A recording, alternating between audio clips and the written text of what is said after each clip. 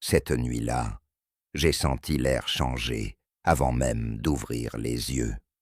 Comme si les murs retenaient leur souffle en attendant quelque chose que je n'aurais jamais dû désirer. Et lorsque les pas du capitaine Bastien Moreau se sont arrêtés devant ma cellule, j'ai compris trop tard que ce n'était pas la peur qui me réveillait, mais lui. La prison respire la nuit comme une bête blessée. Je connais ce souffle depuis des mois, ce murmure qui glisse sur les murs fatigués et s'accroche à la peau. Je m'étais habitué à cette obscurité pleine de mémoire, à ces bruits qui reviennent comme des fantômes. Mais ce soir-là, quelque chose vibrait autrement, une tension presque vivante qui me tirait du sommeil sans raison claire. J'ai ouvert les yeux en retenant ma respiration, comme si l'air lui-même devenait trop dense pour être avalé. Les pas ont commencé loin, réguliers, précis. Pas ceux des gardiens qui traînent leurs bottes. Non, ceux-là étaient mesurés, droits, presque silencieux. Je les ai reconnus avant même de les entendre clairement. Bastien Moreau, le capitaine, celui dont la présence coupe le bruit autour, celui qui n'a pas besoin de crier pour que les autres baissent la tête. Je prétendais l'ignorer, mais chaque nuit, je l'attendais, malgré moi. Son ombre était la seule chose qui semblait encore réelle dans cet endroit. Quand il s'est arrêté devant ma cellule, mon cœur a frappé trop fort contre ma cage thoracique. Je n'ai pas bougé. La lumière du couloir dessinait son corps immobile, découpé dans un halo pâle. Puis ses yeux ont croisé les miens. Une seconde, une seule. Pourtant, j'ai senti quelque chose me traverser. Un éclat de chaleur, un frisson qui n'avait rien à voir avec la peur. La salle entière s'est rétrécie autour de ce regard. Le silence entre nous brûlait comme un secret. Je croyais qu'il allait parler, donner un ordre, noter quelque chose sur son carnet. Mais non. Il est resté là, la mâchoire serrée, comme figé dans une hésitation qu'il refusait d'admettre. Quand il s'est finalement éloigné, son pas était le même qu'à l'arrivée, impeccable, calculé. Mais l'air qu'il laissait derrière lui, non, ce n'était plus le même. Je l'ai senti sur ma peau, comme une chaleur légère qui ne voulait pas disparaître. J'ai essayé de fermer les yeux, mais son regard revenait encore et encore. Ce n'était pas de la pitié, pas de la haine. C'était autre chose, une nuance dangereuse, une lueur humaine qui n'avait pas sa place ici. Je me suis assis, incapable de retrouver le calme. Quelque chose en moi refusait de se taire. Je ne voulais pas m'attacher, pas laisser entrer la moindre faiblesse, mais chaque battement de mon cœur semblait répéter son nom. La nuit avançait. Les bruits s'éteignaient lentement, avalés par les murs. Je pensais que tout redeviendrait silencieux, que sa présence finirait par s'effacer comme les autres. Mais au lieu de ça, j'avais l'impression qu'il était toujours là, à quelques pas, juste derrière la porte, invisible mais brûlant. Quand le bruit du verrou a retenti, j'ai cru rêver. Le couloir était sombre, la lumière glaciale, et sa voix est tombée, basse, implacable. Debout. Je n'ai pas réfléchi, je l'ai suivi. Mes pas tremblaient à peine sur le sol froid, mais je sentais son regard sur moi, lourd, mesuré, comme s'il guettait chaque souffle. Il n'y avait aucun autre gardien dans les couloirs, rien que lui, moi, et ce silence chargé comme un orage. Il m'a conduit dans une petite salle isolée, une table, une lampe, des murs nus. Il a fermé la porte derrière nous, et le claquement du verrou a résonné comme une frontière qu'on ne pourra jamais franchir en arrière. Il a posé sa lampe, son visage restant dans la pénombre, mais je distinguais la tension dans sa respiration. « Inspection », a-t-il dit. Ce mot seul a suffi à libérer une vague de chaleur à l'intérieur de moi. Il s'est approché lentement, sa main a effleuré mon épaule, a glissé sur mon bras. un geste qui aurait dû être strictement professionnel. Mais l'air s'est fait plus lourd, chargé d'une électricité subtile. Son toucher était trop précis, trop lent, comme s'il retenait quelque chose de plus fort que lui. Chaque fois que ses doigts frôlaient ma peau, à travers le tissu, un frisson me traversait, une chaleur douce qui montait sans que je puisse la retenir. Je retenais mon souffle. La pièce paraissait trop étroite pour contenir ce qui flottait entre nous. La distance, déjà mince, devenait une ligne fragile prête à casser. Il s'est arrêté, sa main sur ma taille une seconde de trop, juste assez pour que la chaleur monte dans ma gorge. Je n'ai pas bougé, lui non plus. Puis il s'est reculé, brusquement. Ses yeux ont traversé les miens. Quelque chose brûlait à l'intérieur, un orage qu'il tentait d'étouffer. « Rien à signaler », ai-je murmuré. « Non », a-t-il répondu, la voix plus rauque que d'habitude. Un silence chargé a envahi la salle. La frontière venait de se fissurer. J'ai senti, au plus profond de moi, que cette nuit n'était que le début. Cette nuit-là, je savais qu'il reviendrait avant même d'entendre le verrou. Quelque chose dans l'air vibrait comme une tension retenue, un fil prêt à se rompre. Et quand sa voix a traversé le silence, basse, contenue, j'ai compris que rien ne serait plus comme avant. La nuit s'était refermée sur ma cellule, lourde, sans souffle, mais mon esprit refusait le repos. Depuis cette inspection, qui n'en était plus vraiment une, je sentais en moi une chaleur étrange, un trouble persistant, qui n'avait rien de rationnel. Je voulais croire que tout cela n'avait été qu'un geste de routine, un accident. Pourtant, ce souvenir restait trop vif. Sa main sur ma taille, son hésitation, ce regard qui semblait contenir plus qu'il n'aurait dû. J'essayais d'oublier, mais chaque seconde ramenait sa silhouette dans la lumière pâle du couloir. Quand le verrou a claqué, mon corps a réagi avant ma pensée. Je me suis levé d'un bond, le souffle court. La porte s'est ouverte lentement, et Bastien est apparu, les traits tendus, les yeux plus sombres que la veille. Il n'a pas parlé tout de suite. Son silence était si dense que je sentais presque son poids sur ma peau. Puis il a prononcé ce seul mot, celui qui avait déjà fissuré la frontière entre nous. « Viens ». Je l'ai suivi. Nos pas résonnaient dans les couloirs, comme un écho maîtrisé. Il marchait plus vite que d'habitude, comme s'il fuyait quelque chose qu'il refusait d'avouer. À chaque tournant, la tension montait, et j'avais l'impression que ses épaules portaient un poids supplémentaire. Nous sommes entrés dans la même pièce. Il a fermé la porte, posé les clés, puis s'est immobilisé face à moi. Je pouvais entendre sa respiration, discrète mais troublée. « Inspection », a-t-il dit, mais sa voix n'avait plus rien de mécanique. Il s'est approché. Ses mains tremblaient à peine, juste assez pour que je sente la lutte intérieure qui le déchirait. Quand ses doigts ont effleuré mon épaule, un frisson m'a traversé, si net qu'il a dû le sentir.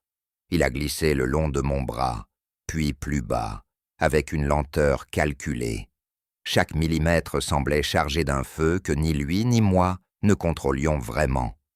La pièce paraissait trop étroite, l'air trop dense.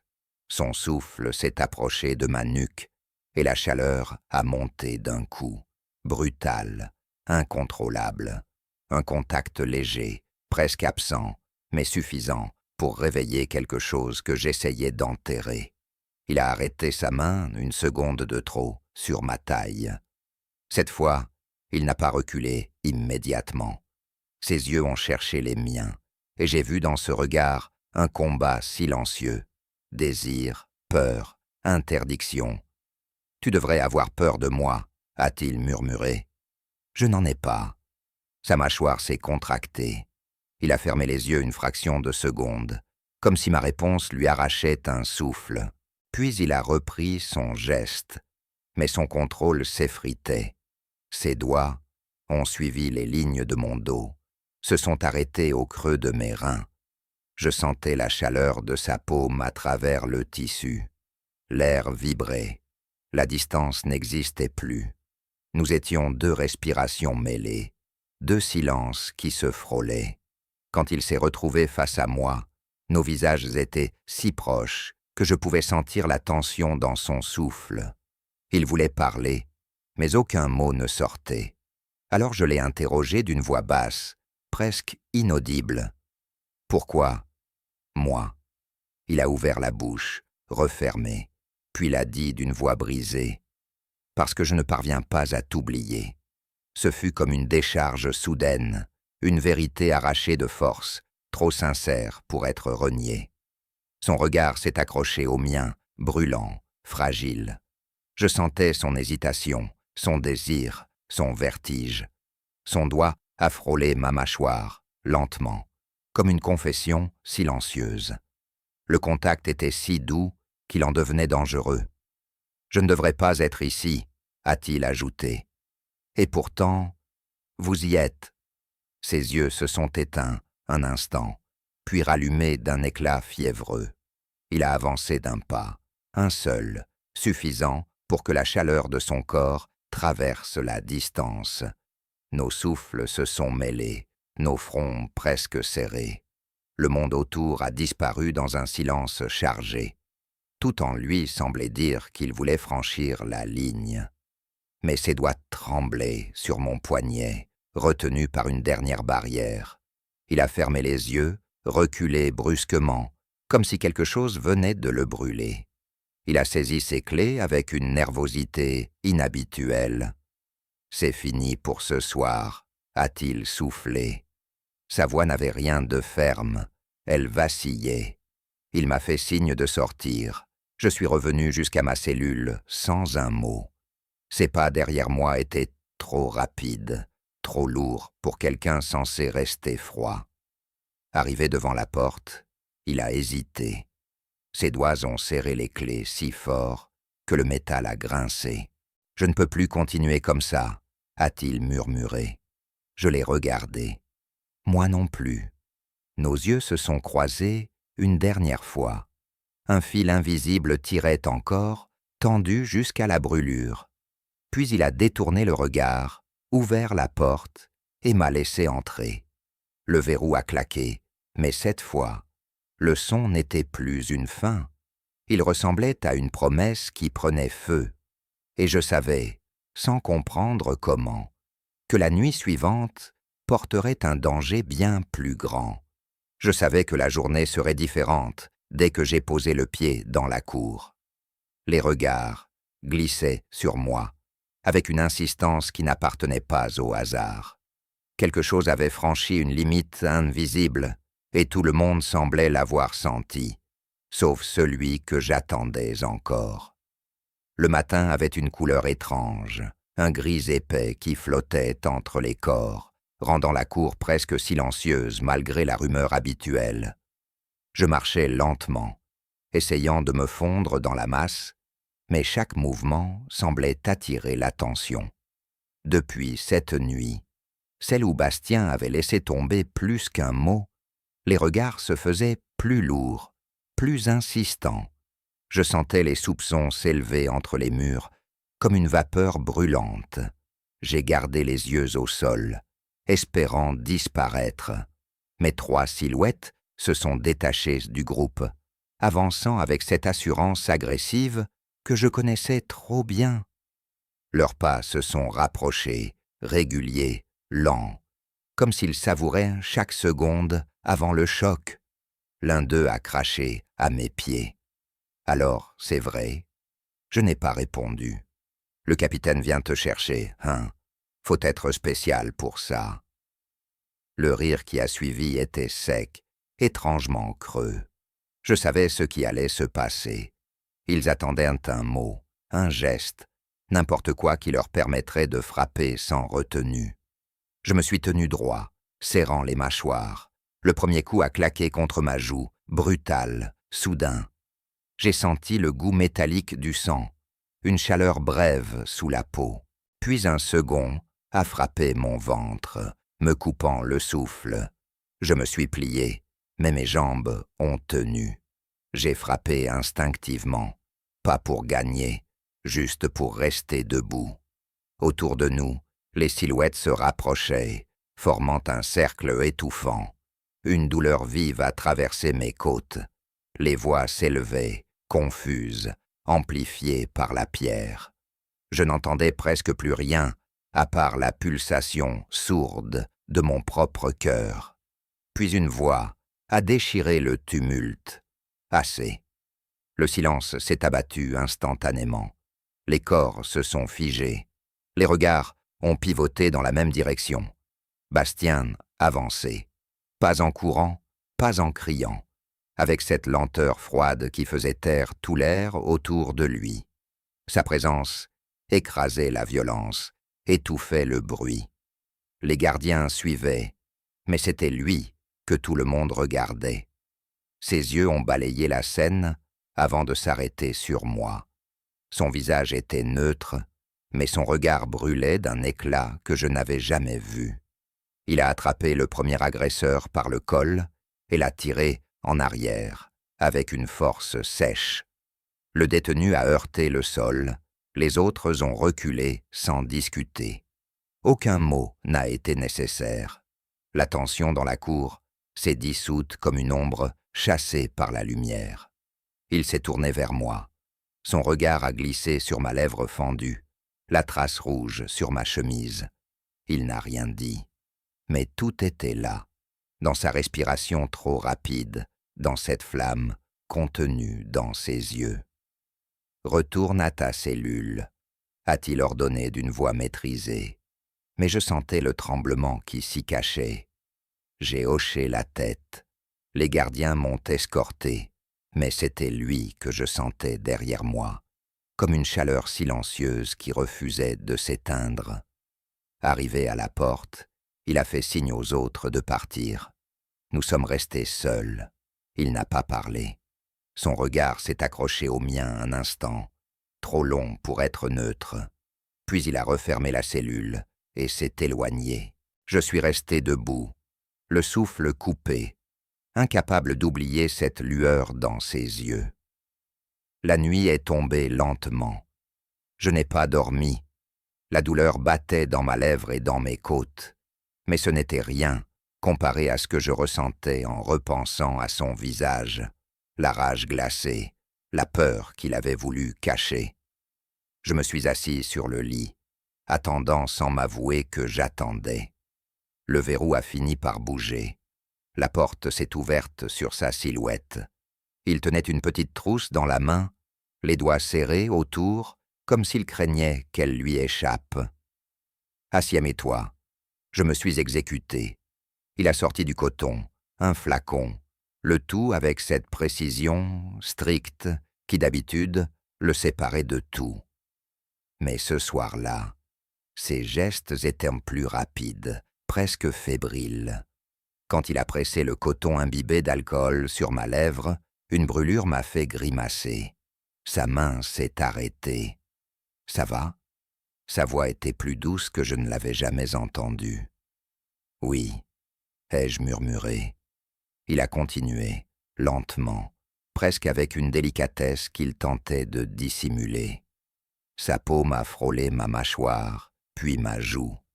La chaleur de sa peau a glissé le long de mon cou. Je suis resté immobile, mais tout en moi vibrait. Le silence nous enveloppait, dense, chargé de ce que nous n'avions pas le droit de nommer.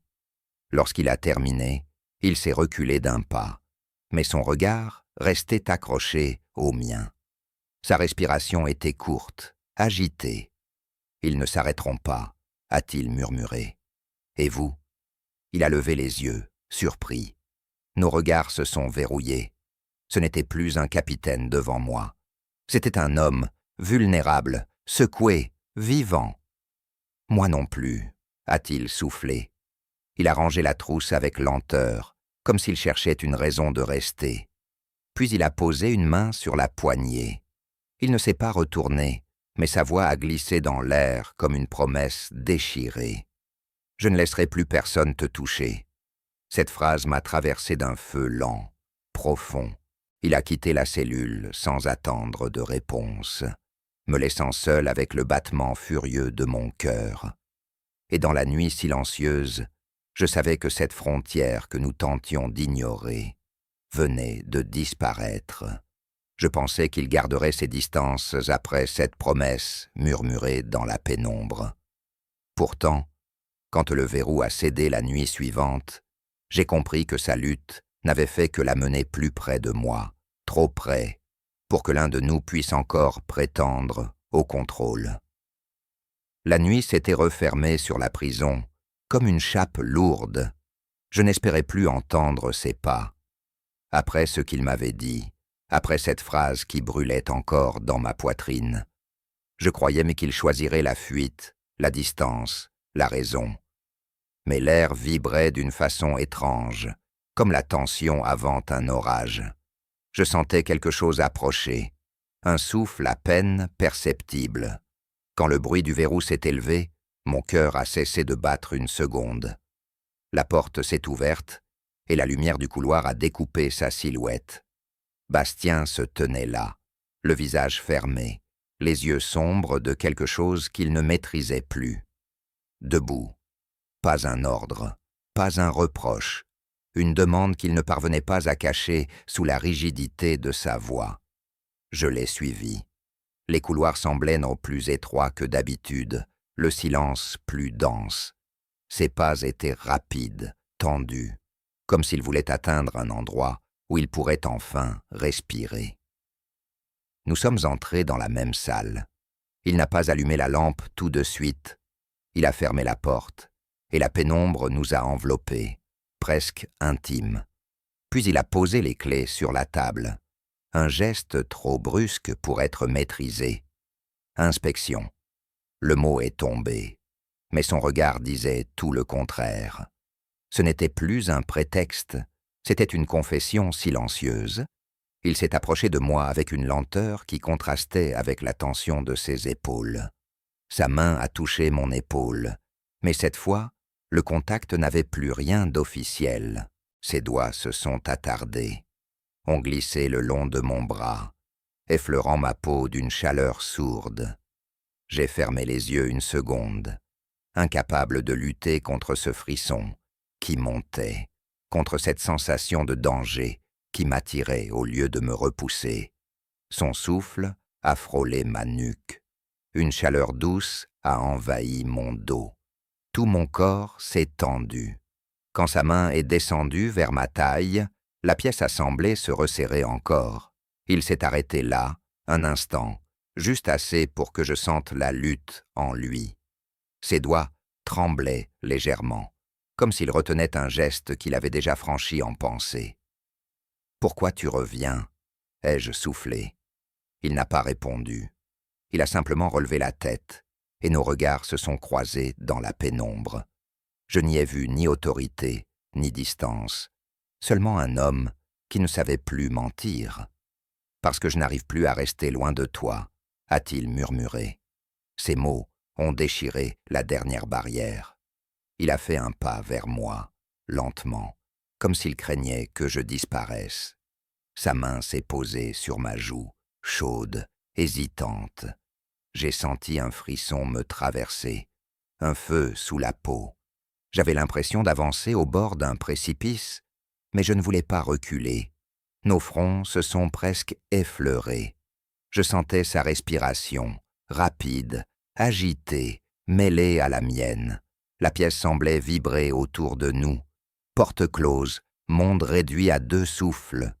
Il a fermé les yeux une seconde, puis les a rouverts, avec une intensité qui me transperçait. Je ne devrais pas. Alors pourquoi êtes-vous là? Sa gorge a tremblé. Parce que je ne peux plus reculer. Il a approché son visage du mien. Une chaleur a envahi ma peau. Un frémissement a glissé le long de ma colonne. La distance s'est dissoute, lentement, dangereusement. Nos lèvres étaient si proches que le moindre souffle suffisait à faire vaciller ce qui restait de raison. Puis, Dans un mouvement presque involontaire, il a franchi la ligne. Sa bouche a touché la mienne. Le contact a été bref, comme un éclair fuyant, mais assez puissant pour tout renverser. Je me suis crispé, pas de peur, mais de cette intensité qui me prenait de plein fouet. Il s'est éloigné d'1 millimètre, comme s'il craignait d'avoir commis l'irréparable. Puis il est revenu, plus doucement, plus vrai, et le baiser s'est approfondi.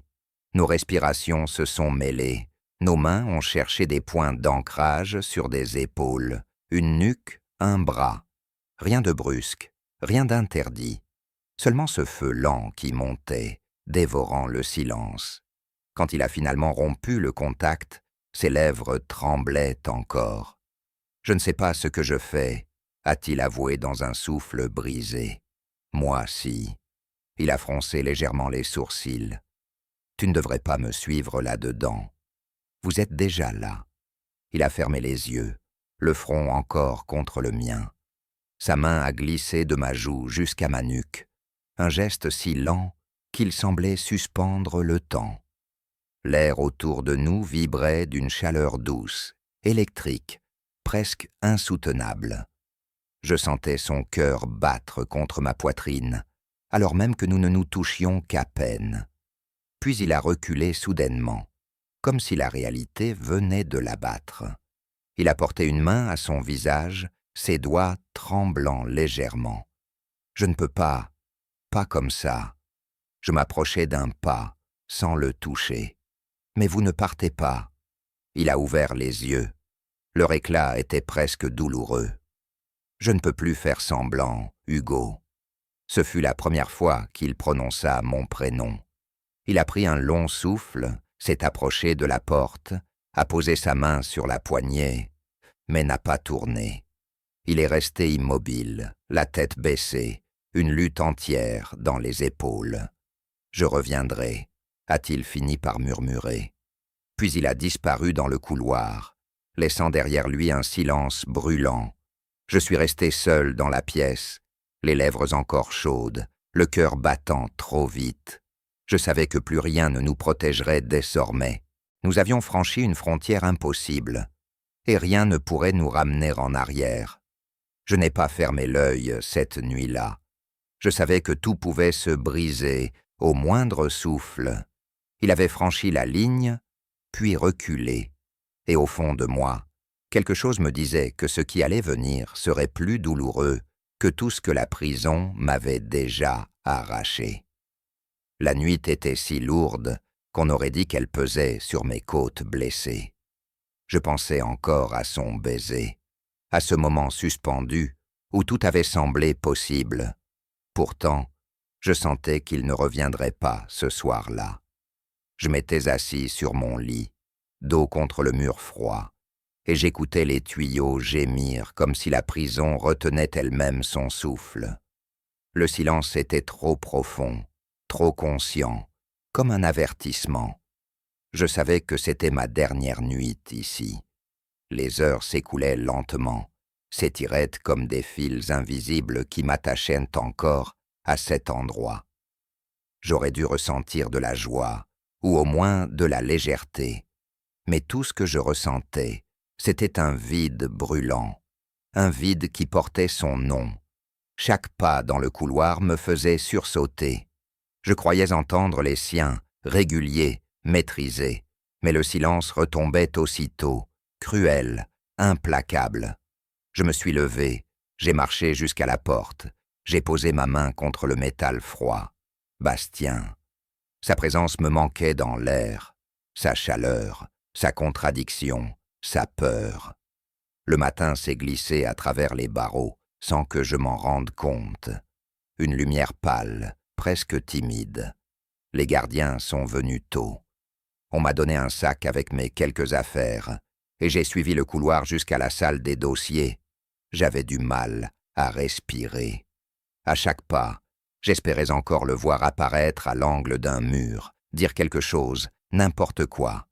Il était là, debout près du bureau, en uniforme, le visage fermé comme une porte blindée. Il parlait avec un officier, distant, professionnel. Je me suis arrêté net. Mon cœur s'est contracté, si fort, que j'ai dû détourner les yeux. Je croyais qu'il éviterait mon regard, mais non. Il l'a levé vers moi. Une fraction de seconde. Trop brève pour un adieu, trop longue pour un oubli. Je me suis avancé, la gorge serrée. On m'a fait signer les papiers. La plume tremblait dans ma main. Je sentais sa présence juste à côté, dense, silencieuse.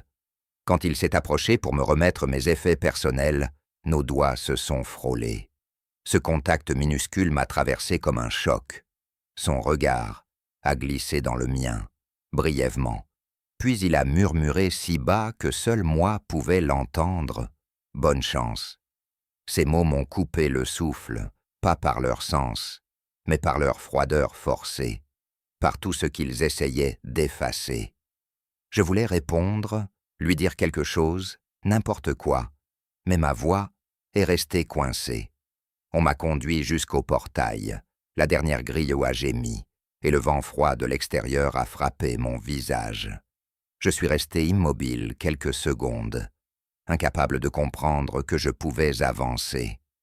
Le monde s'ouvrait devant moi, vaste, bruyant, inconnu. J'ai fait quelques pas, puis j'ai senti quelque chose dans ma main. Un papier. Je ne me souvenais pas l'avoir pris. Il a dû me le glisser quand nos doigts s'étaient frôlés. Je me suis assis sur un banc devant la prison, incapable de faire un pas de plus. Mes doigts tremblaient en dépliant le papier. Dessus, une écriture nette, maîtrisée, une adresse, et en dessous, « Si tu veux un vrai début, viens me chercher. » B. J'ai fermé les yeux. L'air m'a manqué. C'était lui. Pas le capitaine, pas l'autorité. L'homme, celui qui avait tremblé sous la lumière de la lampe, celui qui m'avait soigné d'une main brûlante, celui qui avait franchi la ligne avec un souffle, puis l'avait reculé, de peur de se perdre. Je suis resté longtemps sur ce banc, incapable de décider. Le monde autour de moi continuait de vivre, mais j'avais l'impression de rester suspendu entre deux battements de cœur. Partir et oublier, ou suivre cette adresse. Je me suis levé lentement. Le soleil s'élevait, éclairant les façades lointaines. Le vent portait une odeur de sel. La route descendait vers le sud, vers la mer, vers lui. J'ai glissé le papier contre ma poitrine. Mon cœur battait trop vite, trop fort. Pas de peur, pas vraiment. Plutôt cette sensation étrange d'être enfin vivant. J'ai fait un pas, puis un autre. La prison s'éloignait derrière moi, lourde, silencieuse. La route s'ouvrait devant moi, claire, presque infinie. Je ne savais pas ce qui m'attendait là-bas. Je ne savais pas s'il m'attendait réellement. Mais je savais une chose. Ce qui avait commencé entre nous n'était pas une erreur. C'était un début. Et je marchais vers lui. Le papier tremblait entre mes doigts, alors que le vent du matin faisait frissonner les bords. L'adresse était là, nette, presque irréelle, comme un chemin tracé pour moi seul. Je restais immobile un long moment, les yeux fixés sur les lettres, le cœur serré entre l'espoir et la peur. Je pouvais marcher jusqu'à lui. Je pouvais frapper à cette porte. Tout semblait simple, mais rien ne l'était. J'ai pris la route. Les pierres du sentier grinçaient sous mes pas. À chaque pas, je répétais son nom en silence, comme un souffle que je ne voulais plus perdre. La mer se rapprochait. Je sentais son odeur dans l'air. L'adresse pointait vers une petite maison blanche au bord d'une falaise. Une lumière filtrait par une fenêtre. Je me suis arrêté à quelques mètres de la porte. Mon cœur battait trop vite. Je levai la main. Je touchais le bois, à peine. Un souffle de chaleur m'envahit, le souvenir de ses mains, de sa voix brisée, de son regard qui m'avait appelé plus fort que tous les mots. Puis j'ai entendu des pas, pas les siens. Une femme a ouvert la porte, une quarantaine d'années, le visage fatigué, les yeux doux, la silhouette de quelqu'un qui attend depuis trop longtemps. Elle m'a regardé avec un mélange de surprise et d'inquiétude. « Vous êtes Hugo ?» Mon nom dans sa bouche m'a figé. « Oui. » Elle a baissé les yeux, a serré le montant de la porte. « Il m'a dit que vous viendriez peut-être. » Un souffle, puis « Bastien est parti, hier soir. Le sol s'est dérobé, sous moi. » « Parti où ?» Elle a secoué la tête. « Je ne sais pas.